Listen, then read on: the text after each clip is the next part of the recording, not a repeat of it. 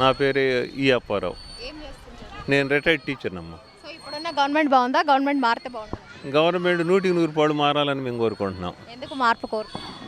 ఈ 5 సంవత్సరాల పరిపాలనలో మాకు ప్రత్యేకంగా అన్ని వర్గాల వారికి, పెన్షనర్స్కి కానీ, ఎంప్లాయీస్కి కానీ, రైతులకు కానీ, యువతకు కానీ అందరికి కూడా ఏ వర్గానికి కూడా ఈయన సరైన న్యాయం చేయలేదు, ఇచ్చిన హామీలు నెరవేర్చలేదు.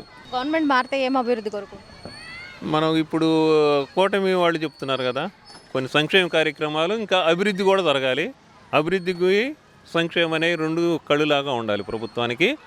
రెండింటిని సమపాళ్ళలో నడిపించగలిగిన ప్రభుత్వం అయితేనే మనకి ఉపయోగపడుతుందని. సో రాజధాని పైన మీ అభిప్రాయం?